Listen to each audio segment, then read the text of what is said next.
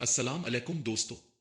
آج کے میچ میں پاکستان نے آسٹریلیا کو ایسی ٹکر دی کہ آسٹریلوی شائقین کیلکولیٹر لے کر بیٹھ گئے کہ بھائی یہ ہوا کیا ہے۔ راولپنڈی کرکٹ اسٹیڈیم میں آسٹریلیا نے ٹاس جیت کر پہلے بیٹنگ کا فیصلہ کیا۔ شروع میں لگ رہا تھا کہ آسٹریلیا 300 سے زائد رنز بنا لے گا، لیکن پاکستان کے باؤلرز نے ایسی شاندار باؤلنگ کی کہ آسٹریلوی بلے بازوں کو پویلین کا راستہ جی پی ایس کے بغیر بھی مل گیا۔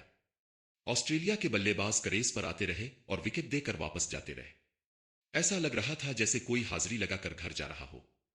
پھر آئے پاکستان کے ہیرو عرفات منہاس۔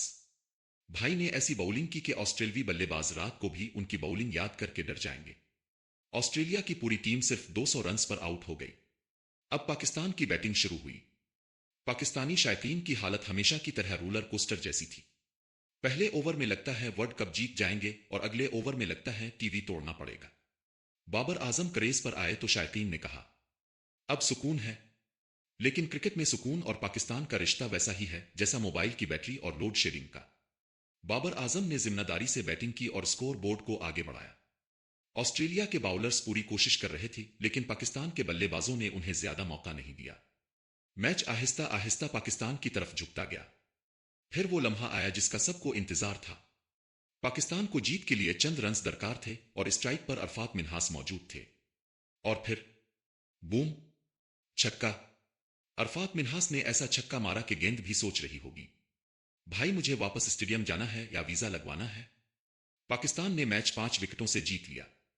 اسٹیڈیم میں جشن شروع ہو گیا اور سوشل میڈیا پر میمز کی بارش ہونے لگی۔ آسٹریلوی شائقین، یہ تو ہماری توقعات کے خلاف تھا۔ پاکستانی شائقین، ہم خود بھی اس کی توقع نہیں کر رہے تھے۔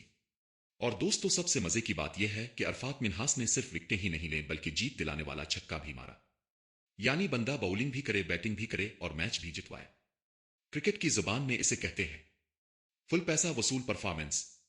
اگر آپ پاکستان کی اس زبردست جیت سے خوش ہیں تو ویڈیو کو لائک کریں، چینل کو سبسکرائب کریں اور کمنٹس میں ضرور بتائیں کیا عرفات منہاس پاکستان کے مستقبل کے سپر سٹار ہے۔ اگلی ویڈیو تک کے لیے اجازت دیجیے۔ اللہ حافظ۔